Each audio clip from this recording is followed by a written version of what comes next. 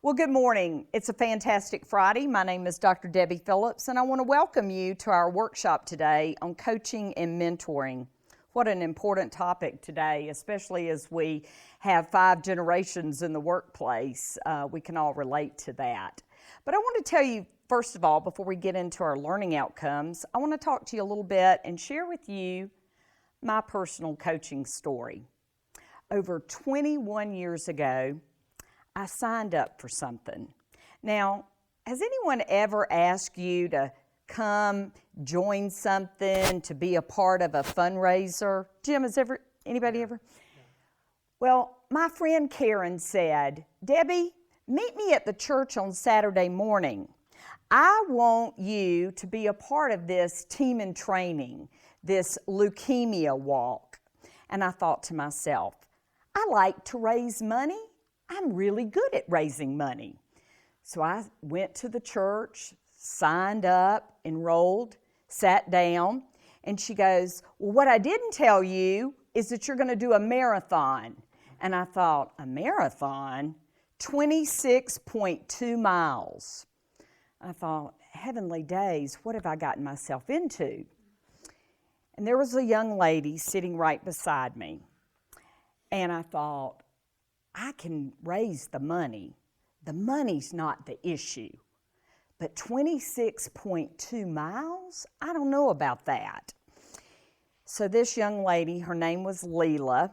She was 8 years old. She looked up at me and she says, well, Dr. Debbie, would it matter if I were across the finish line? And I thought, because she shared with me her story. She had leukemia at age 8, and she was going through chemotherapy. And the team in training, the leukemia team in training group, was to raise money for cancer treatment of children. And so I thought, oh my gosh, I really needed waterproof mascara after she said that, you know. And I thought, okay. And I said, Leela, I can do that for you. And so then, because I'm a fashion diva, I thought, now I've got to go find my tennis shoes in the right color. And the color, the picture doesn't show it well, but the colors were purple and green. And I thought, well, at least I get a pair of purple tennis shoes or something. But here's where the coaching comes in. There's a picture of Karen Powell. Karen had been a 13-time marathoner. So when Karen said to me, I'm going to help you, I'm going to meet you out there on the trail, I thought, well, what is a coach that has been coaching me or coaching walkers and runners and done 13 marathons, why would she even want to do that with me? Now, when they coach you to do a marathon, they always coach you to go to 23.5 miles. They never take you to the 26.2 because they feel like, Daniel, that if you can do 23, you can certainly do what? 26, right? Here's what impressed me about Karen. Every Saturday morning, she met me at the track. Not one time did Karen say, oh, it's too hot, or I've got something more important to do. Karen would always say to me, yep, I'll meet you at 8 o'clock, come rain or come shine. To me, that was such discipline, that was such devotion, that Karen met me there for 13 weeks. But here's something else I learned in coaching, is on that trail, we shared stories. There was a lot of storytelling, the power of storytelling. On those Saturday mornings, I got to know somebody that didn't just become my coach, but she became my friend. And so it was just a powerful time. But then, when I got back out there, if any of you can look at the time, 7 hours, 11 minutes, and 15 seconds, I was out there on that trail. And it was hot. And what I didn't know is my little fanny pack that I had.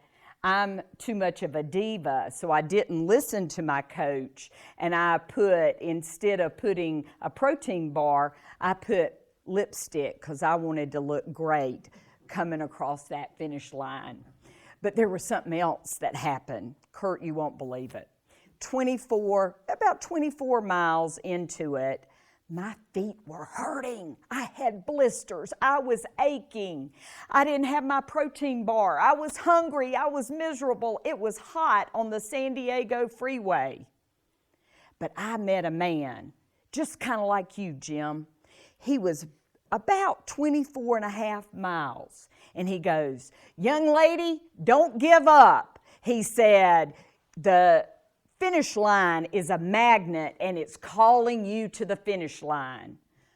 Well, when he said that to me, I kind of put my shoulders back and I made it to the finish line. So that's my story about how I really learned that there's something magical that happens in the coaching process. So what are we going to do today in our little workshop? The first thing we're going to do, we have some outcomes. And the first one is we're going to identify traits of coaches. And then we're also going to utilize a coaching model. And then the other thing is we're going to talk about how do you provide balanced feedback. And a lot of times, Kevin, when I say feedback, does that feel good? Yes. It does? Okay. What about you, Jen? It's positive feedback. Okay. If it's positive, we're going to talk about that. I truly believe that you will be more coachable if you do what? If you respect the person, right, that's giving you that kind of feedback. And sometimes I even like to say, Preston, when you really talk about feedback, sometimes that's like hugging a porcupine. You know, nobody really wants feedback. But I often say, people like feed forward. Like, hey, Jen, this might not have gone well with our project this time, but in the next time, let's do this, this, and this. So I like to think today that we should say, instead of feedback, let's say feed forward. There's some real important moments that come up in movies. Let's look at these. Like money. They can't be bought, bullied, reasoned, or negotiated with. Some men just want to watch the world burn. You take the blue pill, the story ends. You wake up in your bed and believe whatever you want to believe. You take the red pill, you stay in Wonderland, and I show you how deep the rabbit hole goes. Don't ever let somebody tell you you can't do something. Not even me. All right? You got a dream, you got to protect it. Unlearn what you have planned. All right, I'll give it a try. No. Why not? Do.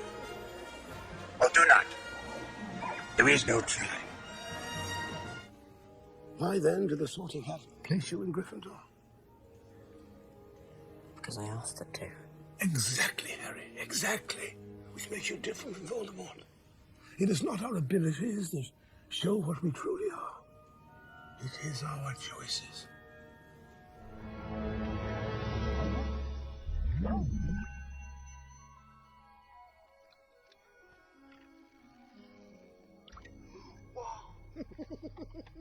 Awesome! How did you do that? Inner peace. Inner peace. That's cool. So when we think about coaching, in every one of those situations, they were imparting something. And I often think, what's the difference between coaching and mentoring? Anybody got any thoughts about that? Daniel, have you got any thoughts about coaching is maybe telling them a little bit more, and mentoring is maybe working with them one-on-one maybe a little bit more. Okay. All right. Erica, what would you say? They seem pretty similar to me. Okay, pretty similar. Kristen, what would you think? I think I agree, like coaching is more of like a team thing, kind of like big picture. Mentoring kind of gets more down into like the details and individualized. Okay. Well, in some cases, and Eric knows I'm a book person, I enjoy sharing a lot of books.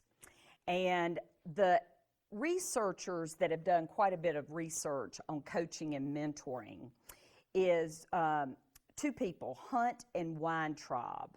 They wrote a book called The Coaching Manager.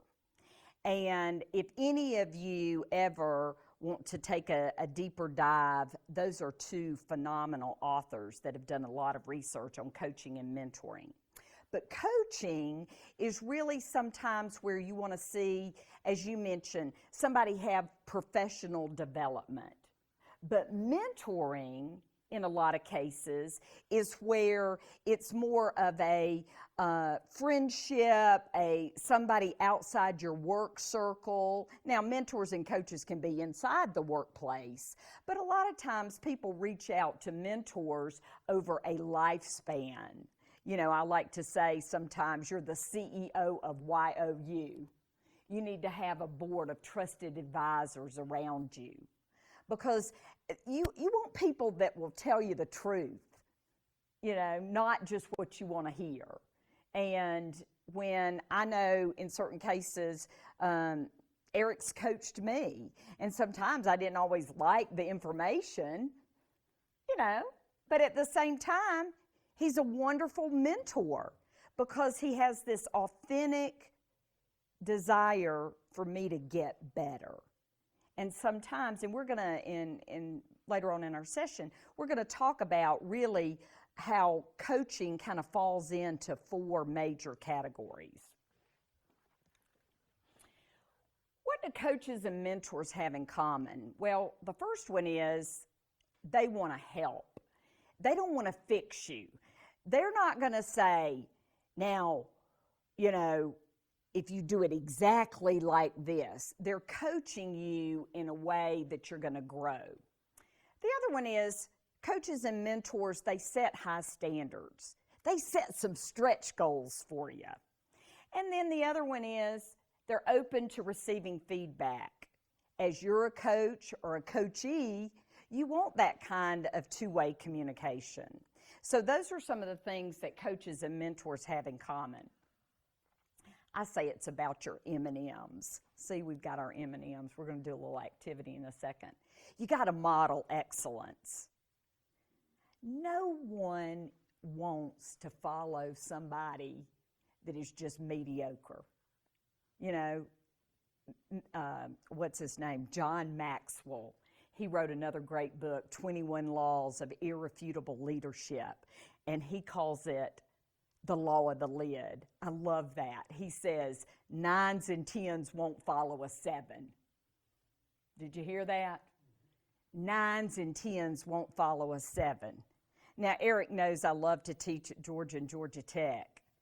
And I had a student one day, he goes, well, what if I have a bad boss? And I said, well, you can learn just as much from a bad boss as you can from a what? A good boss sometimes. You can learn some of the things that you don't want to do. Another thing is motivating others. If you're going to be an effective coach, people don't want to follow somebody that's always downtrodden and look like they've been weaned off of a lemon. Nobody wants that. People want to be inspired. People want to say, hey, this person is worth following. Another one is measuring success. I love that quote, Erica. Not everybody makes it up the mountain at the same time. We all have our pace. We all have, you know, things that, you know, we struggle with. And then the other one is multiply greatness. To me, that is really the importance, and that's really the crux of mentoring and coaching, is you want to develop other people. You know, Eric and I, we talk about who's going to be teachers at the Institute of Real Estate Management if we're not developing the people coming behind us. We really want to multiply greatness. And the only way, I always say, and I'm, you know, a house divided. I was a Georgia Bulldog and a Yellow Jacket. And people say, well, how did you manage that? And I said, well, it only caused a problem on one day when they played each other. But the coaches at the University of Georgia and Georgia Tech, Coach Mark Rick said one day, because I taught a lot of student athletes, and he said, I insist that they practice like every day is game day, because if you practice poorly, you'll perform poorly. Practice doesn't make perfect. What practice does is make permanent. So what you practice, you become. So let's take a look. Employers want results. We know that. The top 4 qualities. Now, this was a study by the American Society of Training and Development. The ability to learn. When we are coaching and mentoring, we want people that want to be what? Lifelong learners. The second thing is the ability to listen and communicate information.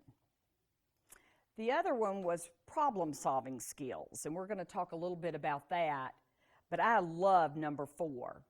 Employers want people who know how to get things done. You're shaking your head, Jen. You can relate to that. Do y'all know anybody that are like rocking chairs? They move a lot, but they never get anything done. They're all about activity. Don't look to the left or right. But you know what I'm saying. They're all about, oh, this is what I did. And I'm like, but what did you accomplish? So I love number 4. Employers want people that know how to what? Score, get things done. Let's take a look. Innovative problem solving. I think about this a lot of times, and this is important as coaches and leaders. We've all been in a meeting that we might have led. Now, y'all think about this for a minute. You're the boss. You go into the meeting, and y'all have XYZ to talk about. Let's call it capital expenditures or something. You probably don't have to think about that at all, do you? But let's think about capital expenditures. You're the boss. You go into a meeting. As the boss, have you ever noticed that when you have to give your opinion as the leader, what do the other people do around the table? They tend to fall in line with the opinion of the leader. Don't they? Wouldn't y'all agree with that? That happens quite a bit. And one of my coaches said, Debbie, if you really want to be effective in a meeting, keep your mouth shut and let others talk first, and you as the leader talk last. That was very helpful coaching for me, because y'all can tell my personality. I love to talk. And the hardest thing it is for me to do is to be quiet. But you gain so much more respect as a leader when you go into the meeting and you say, Jen, what do you think? Chris, what do you think? Kristen, what do you think? Preston, what do you think? And get that diversity in thought. I think, I could do a whole workshop on innovative problem-solving skills. But I think we have to remember as coaches and mentors that we don't have to have all the answers. That's the great thing about that two-way relationship, is our mentees, our coachees, should be responsible for the what? For the learning and some of the ideating. I love this. It came out, and my students at Georgia Tech, they make fun of me because I use this out of Stephen Covey's book, 7 Habits of Highly Effective People. I call it an oldie but a goldie. But y'all look at that. The higher the trust and the higher the cooperation, what kind of relationships do you have? What does it say? Win-win. Let's say it on the count of 3. 1, 2, 3. Win-win. I can tell you that so many times in my life, I thought, I'm going to win and Daniel's going to lose, or Daniel's going to win and I'm going to lose. But after really having effective coaching, somebody said, Debbie, if you strive to think and you build high trust and you really communicate that you want to cooperate with somebody, you're going to get more win-win. Communication skills are the key. I really believe that a person, and y'all can challenge me, disagree, but the person's ability to communicate orally and in writing is what's going to get them promoted. Would y'all believe that? I mean, how important is, don't you do writing every day? My students at Georgia Tech, they always say to me, Debbie, you make us write too much. And I'm like, well, it has to be over 140 characters. Y'all know what I'm talking about. And I tell my students all the time, you got to learn how to write. You got to learn how to communicate. Because anybody that is going to be promoted is going to be looked upon and judged and evaluated based on their ability to communicate thoughts and ideas, orally and in writing. And I can tell you, as I've advanced being a college professor, I've started asking my students, instead of a 5-page report, I'll make them do a 1.5 pages to really boil things down. Because we know today that we don't read anymore, hardly. You know, and I really think it's harder in a lot of ways to take a lot of information and put it only in a page. And y'all know how you have to do at the bank. Sometimes you have to have an executive summary. So those skills are really important. Being an active listener. I think this is one of the most important things that we need to remember as a coach and a mentor, is that eye contact. Y'all have all got great eye contact. You know, when I look at you, I smile. But a lot of times people, they don't look you in the eye.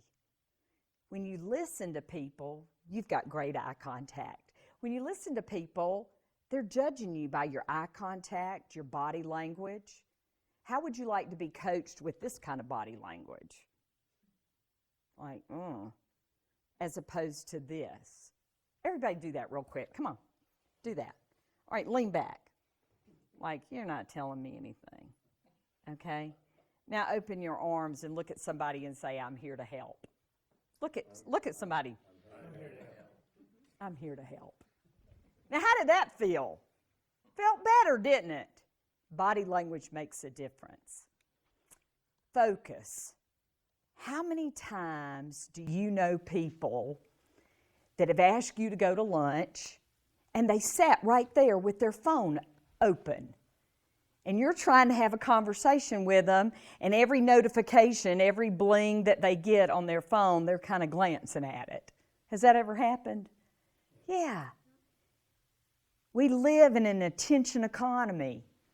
We're the most, distracted group of people now because of what? Our technology. I thought it was supposed to help us, but it gets in my way a lot of times. Another one is smiling and engaging with people. Don't interrupt. Boy, that was something that my coaches work with me on a lot, because I have a tendency to want to finish somebody's sentence. Anybody ever had to do that? You just say, get it out. My brother is very Southern. He's more Southern than I am.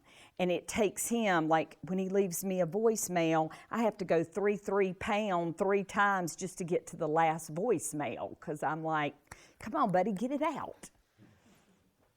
Yeah.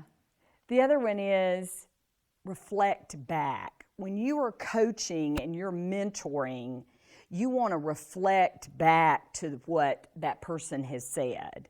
And they should be doing that with you. And paying them a sincere compliment. Coaching is really when you want to help somebody, not just when you evaluate somebody. You know, that's a whole different thing. Somebody said to me, well, what truly makes, am I coaching when I'm giving them a performance review? And I'm like, no, ding, ding, ding, no. What are you doing? You're evaluating them. So when you're coaching them, that's more of a conversation where you're talking about, something that they want to accomplish. Evaluating is more of a formal process that our companies have in place. And that's a whole nother conversation for a different day. The ladder of inference. How many of you have ever heard of this term? Daniel, you're saying no? Anybody? Okay, I want to share this with you. This is when you observe data and you select some data and you put some meaning around it and then you make your assumptions. And then you reach some conclusions based on your beliefs and then you make a decision. Let me tell you how that can backfire on you. I want to tell you a story. I'm interviewing, and I don't use the term maintenance man. I call him a service tech. Did you hear me? I don't like the word maintenance man. I call him a service tech. So there was a service tech. He came in for an interview. And he had on a shirt like Eric's. It was one of those blue dress shirts. And he had his sleeves all rolled up. And he had a little bit of grease on his shirt right there. And under his fingernails, he had oil and grease. And I thought, who in the world is going to hire this guy? He can't even come to the interview without, he just doesn't look presentable. Who in the world would come to an interview with grease on their shirt? So I did the interview, and on the way out, he said, Debbie, I want to apologize to you for having grease on my shirt. He said, what happened was we were on 285, that's the loop around Atlanta. He said, I was on 285 and there was a woman in a station wagon with 4 kids and her radiator had gotten hot. And he said, I could see steam and smoke coming from the hood of the car. And he said, so I pulled over behind her and I adjusted the hose in that car and I helped her get down the exit and get to a safe place where she could get a mechanic to come. Now, did y'all just see what happened? That was the kind of qualities in that guy that I wanted to hire. But I could have missed it because of what I call that ladder of inference, where we just assumed things. We see them and we assume things. So when we're coaching and mentoring, we have to put our thoughts about the situation aside, and we have to listen to the person. So this was a real learning opportunity for me, where I had to be reminded that not everything that I see, leads to me making a snap decision or a snap judgment. Coaching dialogues. Well, it's important to move out of what I call survival mode, because we run in organizations, we're just putting out the fires. We're just doing everything we can just to what? Satisfy the boss, get the paperwork done, get those budgets in. But I think we need to take an opportunity to put coaching on our calendars. I call it really intentional coaching. When we do our touchbacks and we say, hey, Preston, it's been a while. You know, let's set up a meeting and talk about your growth at the company. Where do you want to go? I want to give y'all another book real quick. It's called Radical Candor. It's by Kim Scott. I want all of y'all to write that book down. That has made a tremendous difference in my own professional development. It's the book Radical Candor by Kim Scott. And in that book, Kim suggests that we have, she calls it career conversations. Here's what I want you to think about. The next time you're coaching, I want you to bring into that conversation, Daniel, what would be something that I could support you in your career growth? Or Preston, if you think about the next 12 or 24 months, where do you see your career going at the bank? Those are really important questions because so many times, I read a quote the other day that we have about 90,000 thoughts a day. And 75% of those thoughts have to do with something that happened yesterday. We're always rethinking. We're always going over something that happened in the past. So I want us to think in coaching and mentoring, how do we think about setting this person up for success? Hey, Kristen, I want to talk to you. You know, maybe you want to, move into another department at the bank or something. So it's really important that we all think about having what I call coaching conversations, career conversations. Coaching sets the stage, and one of the things that I want us to talk about is what does coaching really do? And it's really to set the stage, and I want y'all all to make a note of that. It's for personal growth. Yes, Kevin. Debbie, what makes coaching effective? Kevin, that's a great question. Let me repeat the question. Kevin asked, what makes coaching effective? Well, it just so happened I have a slide on that. What makes coaching effective? We are going to explore that by an activity, and then I'm going to tell you what the researchers say. So let's just break this up for a second. I want us to do a quick activity. Okay, everybody's got our M&Ms, right? So pick your favorite pack of M&Ms. Pick it real quick, and I'll tell you what it means. Just grab a pack. Okay, if you have peanut M&Ms, if you have the yellow pack, I want you to talk about the challenges. If you have the milk chocolate, the brown pack, I want you to think about rewards in coaching. So if you have the yellow, I want you to share with your team member the challenges. If you have the brown pack, what are some rewards that you have found in coaching or mentoring? So just take 5 minutes and talk amongst yourselves, and y'all both just pick a scribe and write some of your comments down so we can share them. Take 5 minutes. Your challenges. I suppose just getting around to it, getting the time to do it. Out a little bit better. Time to do it. And kind of I think one of the challenges is getting the buy-in. I think one of the Whereas challenges coaching, like, not really a big deal. When you're coaching, So, it's something that trying to do it. parties that buy in.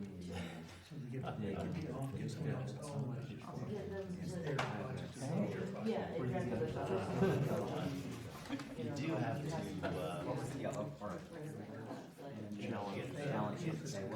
relationship. Skin in the game. You know, They're more apt to.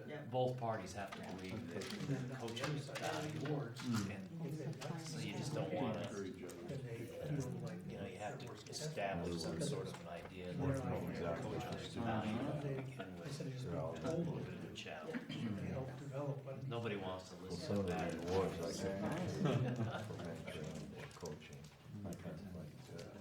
Okay, take about 1 more minute. It's really nice. Yeah, I think too, it is. The follow-up is a problem. Prioritizing, You know, you just actually making the time to do it. you can start off good, Everybody gets so busy. and then, never follow up. Yeah. So it's kind of like, why start if you can't finish?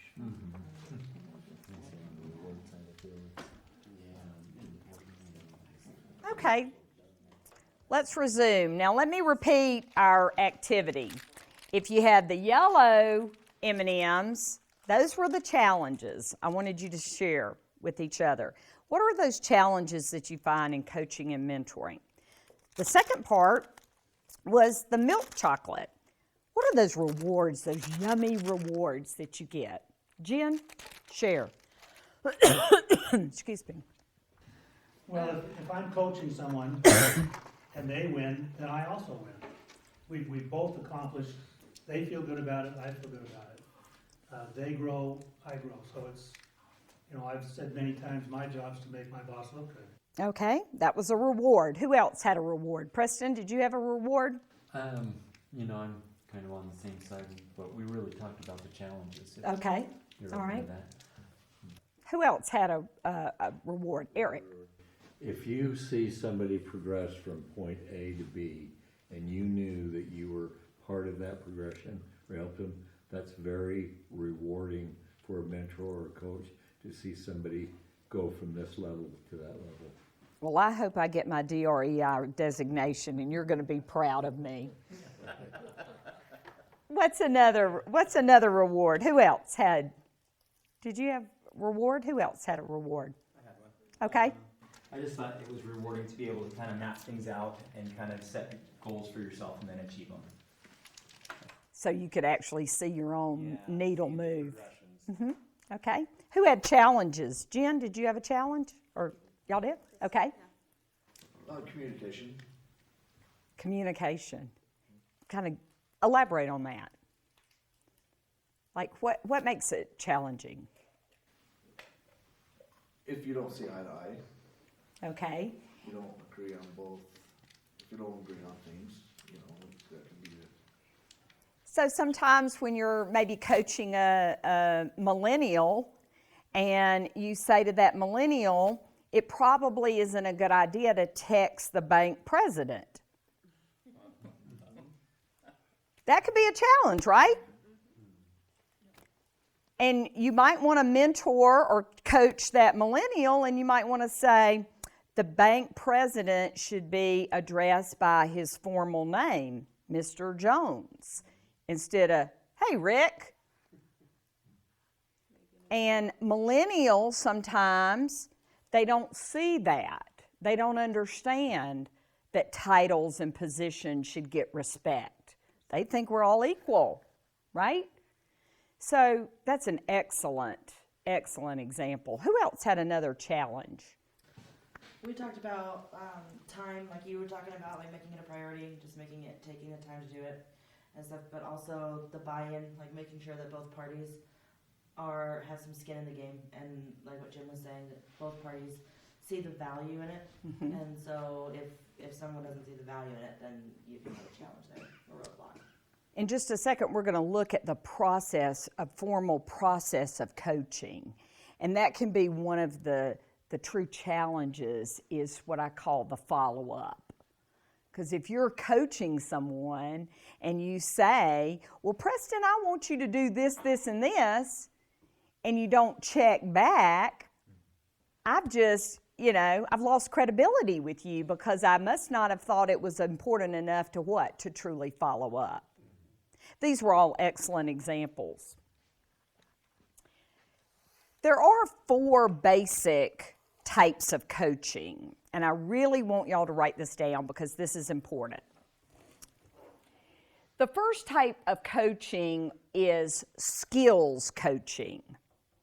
Now, let me give you an example of that. That skills coaching, y'all all probably have a format for your platform that the bank runs on, right?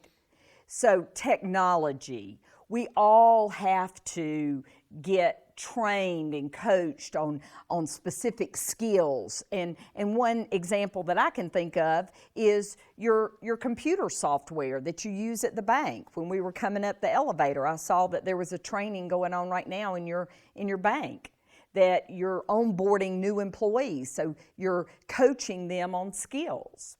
Another area of coaching is performance. This is important, and I want to share an example of what I mean by performance. In leasing, we may have a leasing consultant that she only closes or he only closes 3 leases out of 10. Well, that might not be so great. And what we want to do is to get that leasing consultant to go from what? 3 leases up to 7 leases. So that's an area of performance coaching. Another area is what Hunt and Weintraub call development. This is an area that, well, let me ask you, could anybody give me an example of professional development coaching? What comes to mind? Anybody? Just popcorn it. Just Networking can be a big part of that. networking. I call it net weaving, that we're all woven together.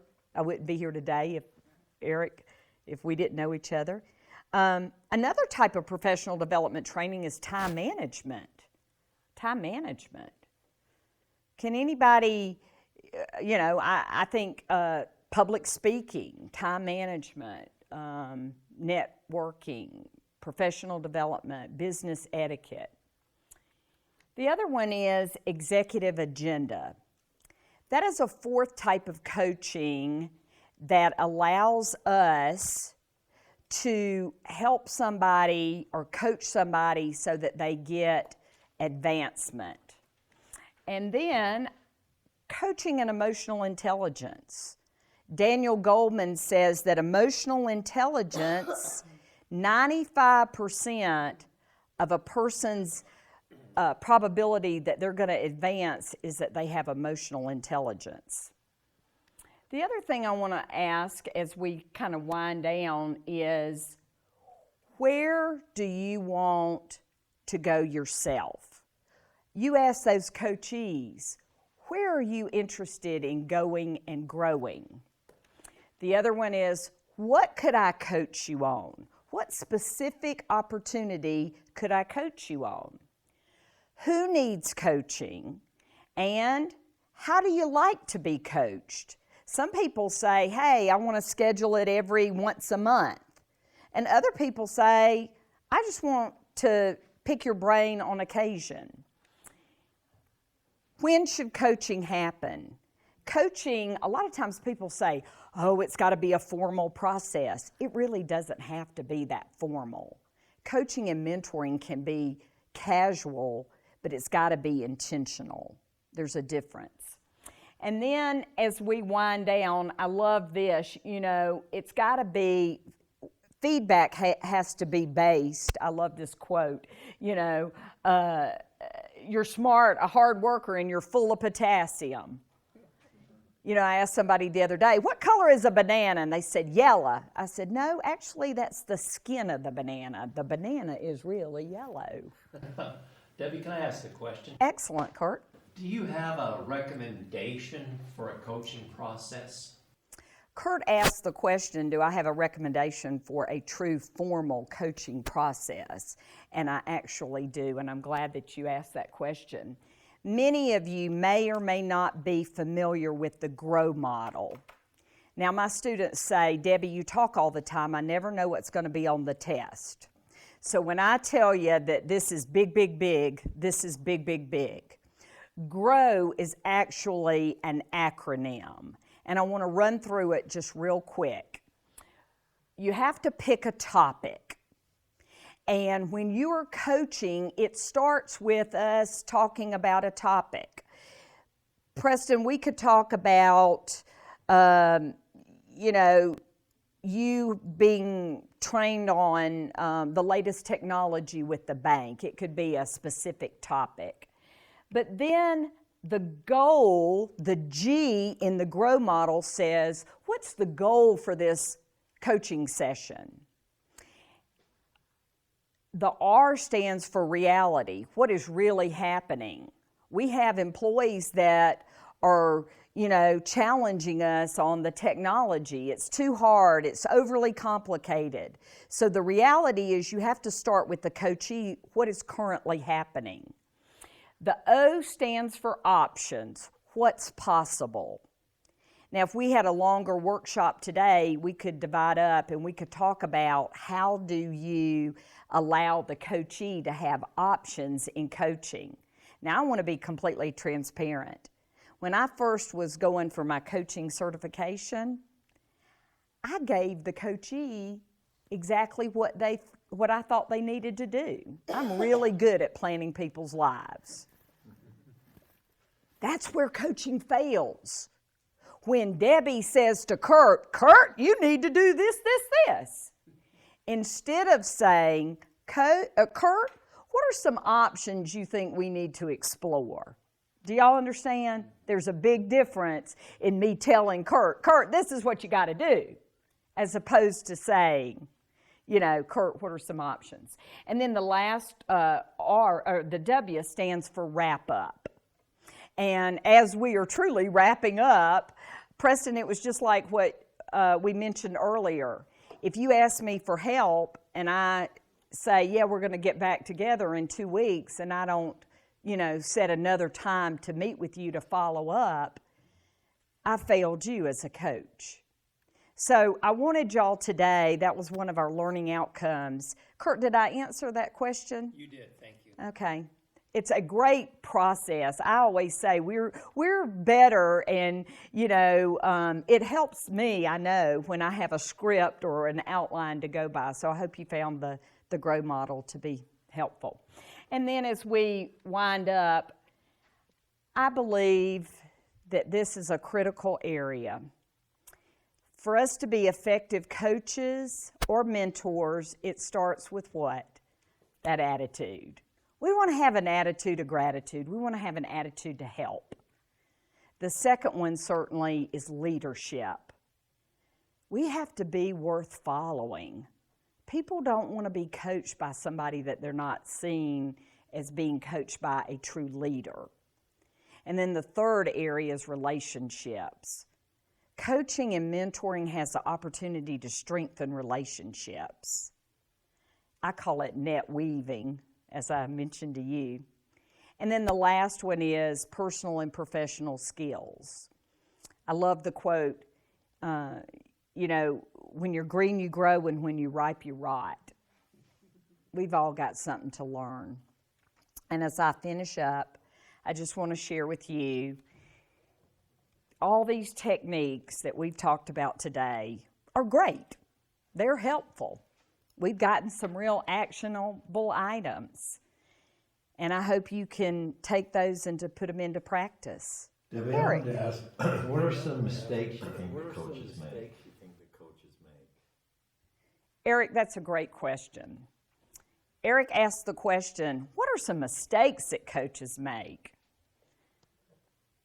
Kind of like me, thinking that you have to have all the answers. Coaches, mentors, you don't have to have all the answers. You have to be an active listener. You have to really care.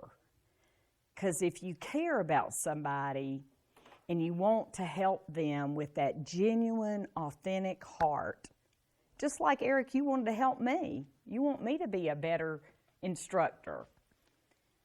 It comes from the heart. And as we end up, I want to give you one quote. Y'all have all heard it by Maya Angelou. She says, people will forget what you did, and people will forget what you said. But people will never, ever, ever forget how you made them feel. I felt like $1 million today. I want to thank you for your attention. Let's give ourselves an applause.